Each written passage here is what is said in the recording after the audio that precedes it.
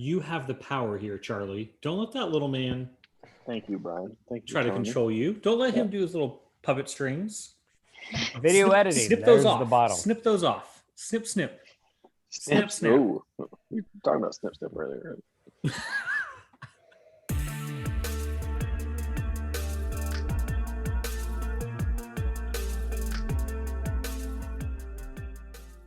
Tonight on Power of Bourbon, we are trying some bourbons. Well, we're going to try one bourbon, and then Is that what we next do week, on this channel? yeah, and then next week we're going to try Are another they whiskey or bourbon. bourbons? But we're going to try.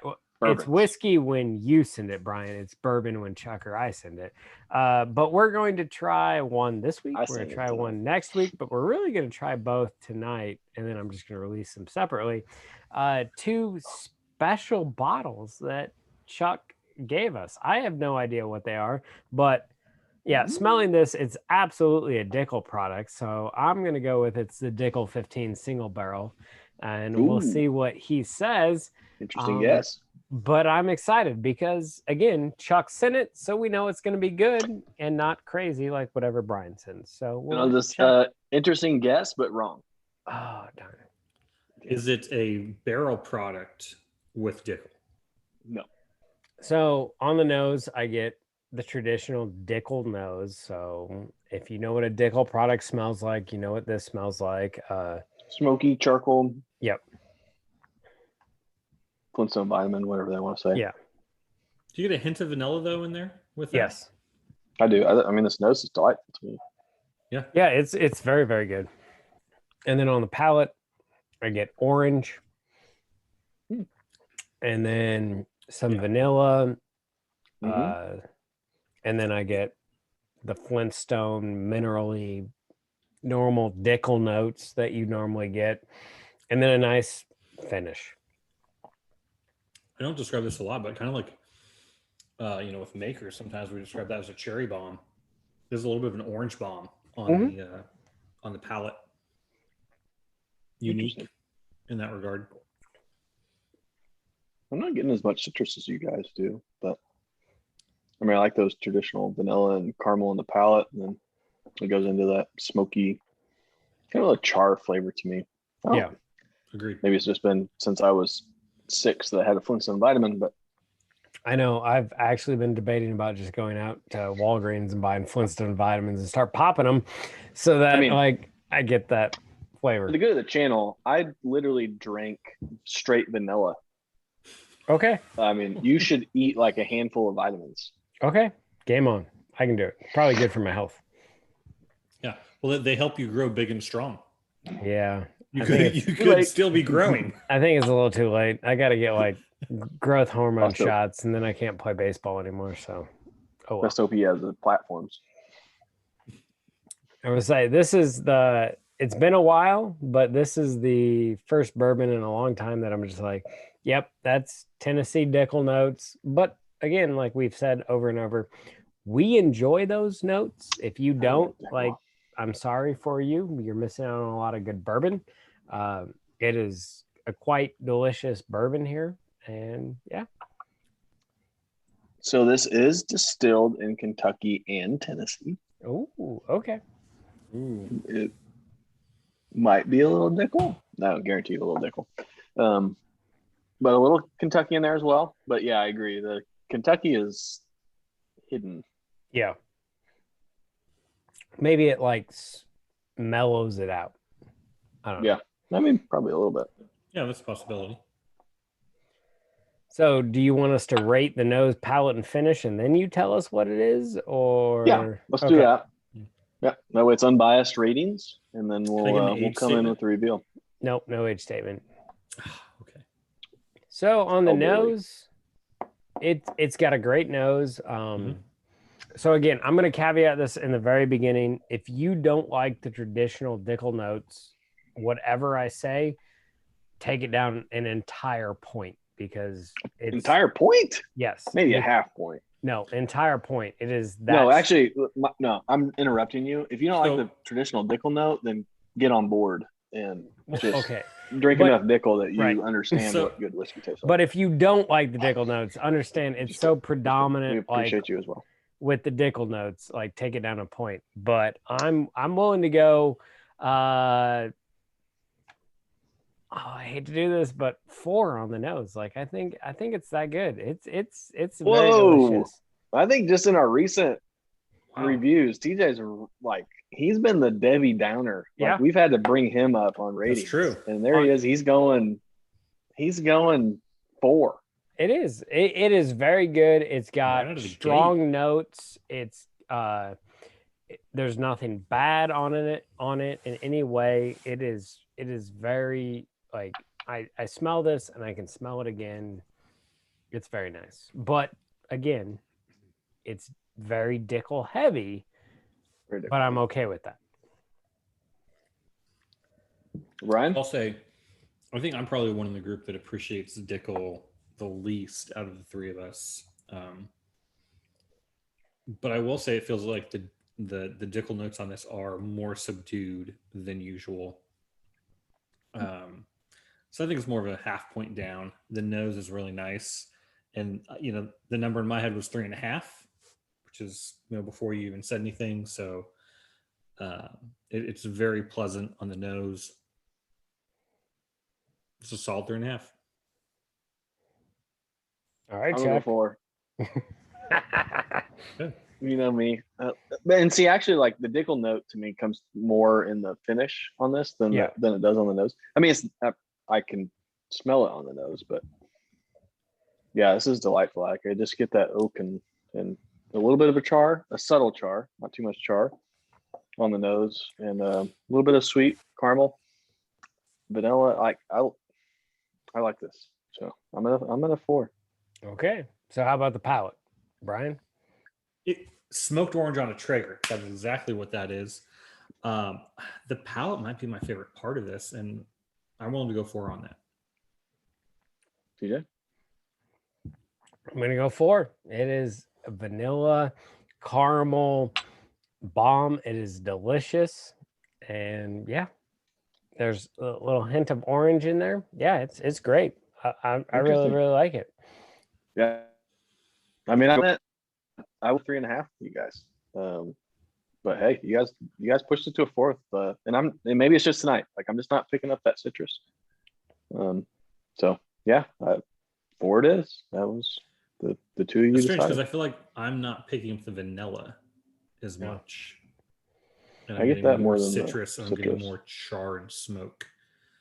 I definitely really get liking char and smoke. Yeah. So the finish for me, the finish is where it kind of like goes down a bit, and I mean, you get a little bit of the charcoal mellow notes that you normally get with some Dickel products, but I feel like it's a little bit lacking compared to some others. So I'm actually going to drop it all the way down to a 3 on the finish. Brian. Sorry. So Charlie's not going to visual reaction. Clearly, if you like freaking agree with cinnamon, him, I like pepper. I like my rye. The finish. If you say 3, this might be Charlie's leaving the channel. I'm trying to appreciate it for what it is. Do it. It does coat your mouth nicely on the finish. You get a nice full coat. I feel like my whole mouth tastes the finish. It doesn't just dance on the tongue. It lingers a little bit, but it's pretty subtle. It's more of a sweet citrus finish than I would typically like. It's good for what it is, but for someone who likes cinnamon, likes pepper, there's just not a lot to it. It's a 3. And that was before TJ said anything. I thought I was going to get reamed for doing 3 on the finish. You're both going to get specifically earlier This is not a 3 finish. I specifically said earlier the palate was the best part for me. If some of the oak and char stayed through the palate to the finish, I think I could be talked into 3.5. But Even though it does, the finish is lacking. End of story. And this is a great thing. So even though it absolutely doesn't matter, what are your feelings towards the finish, Chuck? How about we just ask, like, what are my feelings towards this channel? Like, seeking applications for additional member, somebody that has a palate. Please, Ed. Like, you're just gonna be a permanent member, man. Like, let's go. I know you would back me on this one. Like, there is no way in Master of Records, I will send you both a text message tomorrow of what we rated a 3 and how much better this is compared to those. Like, and that, granted, like, I'm arguing over half a point. Because, like, I would have been a 3.5. I would have been in a 4. But no way. This is never a 3. This is always a 3.5, maybe even sometimes a 4, depending on what you had that night. This is never a 3.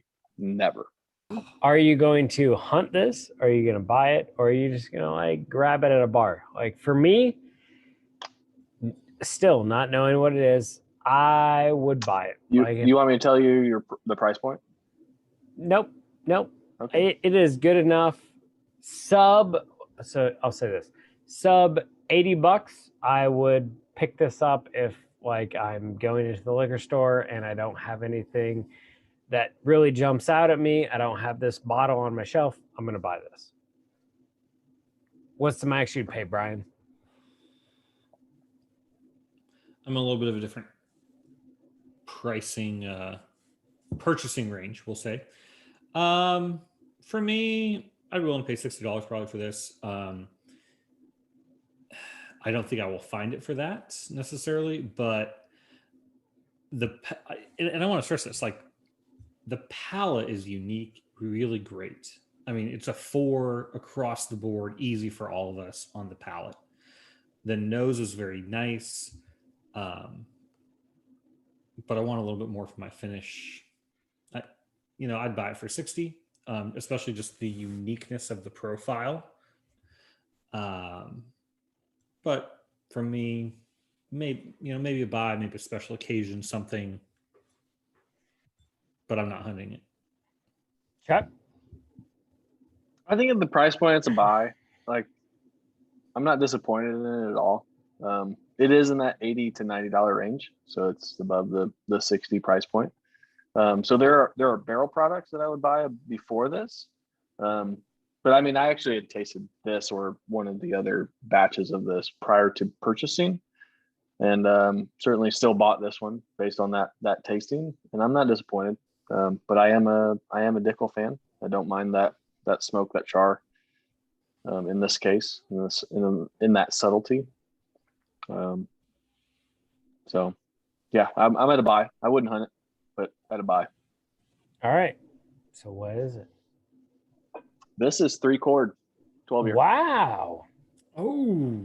It's a 3 Chord 12-year. Okay. Yep. I like it. So this is a blend of, it says distilled in Tennessee and Kentucky. So we can assume the Dickel coming out of Tennessee, and Kentucky is likely Barton. Yeah, probably. Mm-hmm. So the Kentucky notes are pretty hidden and subtle. Like, it's mostly Dickel. We don't know. I don't believe it's 12-year. So we don't necessarily know all of the ages, but we don't know the blending, so we don't know what portion is Tennessean versus Kentucky. 107 proof. This is batch number 11. There are several batches, so they might be slightly different.